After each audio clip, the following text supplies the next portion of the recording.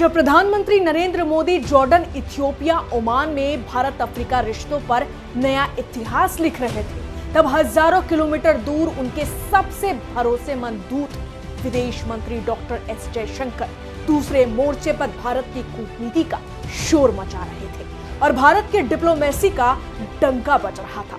तब पूरी दुनिया बस देखती रह गई। आइए आपको बताते हैं कि पीएम मोदी के साथ साथ डॉक्टर एस जयशंकर ने ऐसा क्या किया कि दुनिया अब दंग रह गई। जी हाँ, एक तरफ प्रधानमंत्री मोदी, दूसरी तरफ डॉक्टर एस जयशंकर और बीच में पूरी दुनिया जो भारत की कूटनीति देखकर सन्न हो गई कि भारत कैसे एक साथ दो मोर्चों पर अपनी ताकत दिखा रहा है।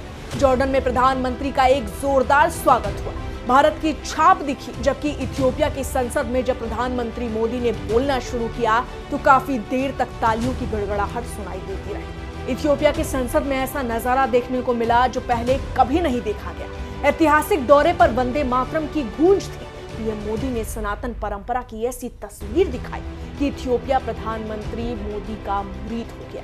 पीएम ने संसद में संस्कृति की बात की और कहा कि भारत का राष्ट्रीय गीत वंदे मातरम और इथियोपिया का राष्ट्रगान दोनों हमारी जमीन को मां कहते हैं।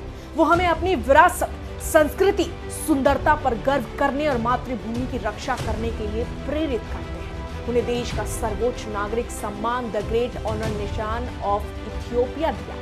इथियोपिया की संसद को पीएम मोदी ने संबोधित करते हुए इस सम्मान को अपने लिए और भारत के लिए गर्व बताया। और अभी प्रधानमंत्री मोदी की वैश्विक चर्चा थमी भी नहीं थी कि भारत के विदेश मंत्री डॉक्टर एस जयशंकर ने पीएम मोदी का संदेश दो मोर्चों पर लहरा दिया। मंगलवार को इजरायली प्रधानमंत्री बेंजामिन नेतन्याहू ने यरूशलेम स्थित प्रधानमंत्री कार्यालय में भारत के विदेश मंत्री डॉक्टर एस जयशंकर से मुलाकात की। जाहिर है, doctor S Jaishankar PM Modi के सिर्फ एक दूत नहीं है, वो भारत की कूटनीति की ताकत, रणनीति और दूरदर्शिता के सटीक प्रतीक है।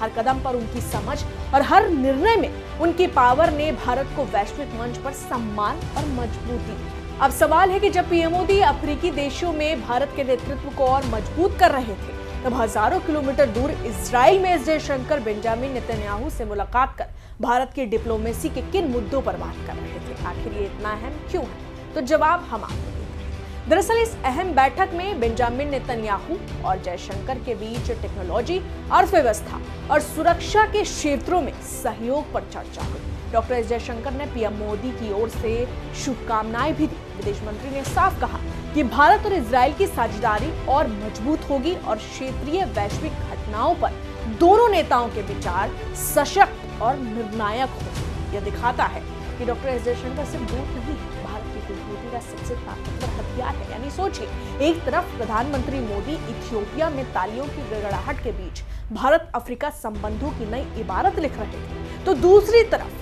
डॉक्टर एस जयशंकर, भारत के विदेश मंत्री, यरूशलेम में भारत की डिप्लोमेसी का परचम लहरा रहे थे। यानी पीएम मोदी नेतृत्व कर रहे हैं, पूरा रोड मैप तैयार कर रहे हैं और डॉक्टर एस जयशंकर रणनीति और शक्ति का प्रदर्शन कर रहे हैं। और पूरी दुनिया देख रही है कि भारत वैश्विक मंच पर अपनी ताकत कैसे कायम रख रहा है। बहरहाल इस पूरी खबर में इतना ही, लेकिन आप इस पूरे मामले को कैसे देखते हैं? आपकी क्या प्रतिक्रिया है? कमेंट में जरूर लिखें। आपके साथ रंजना उपाध्याय, आप देख रहे हैं HCN न्यूज़। धन्यवाद।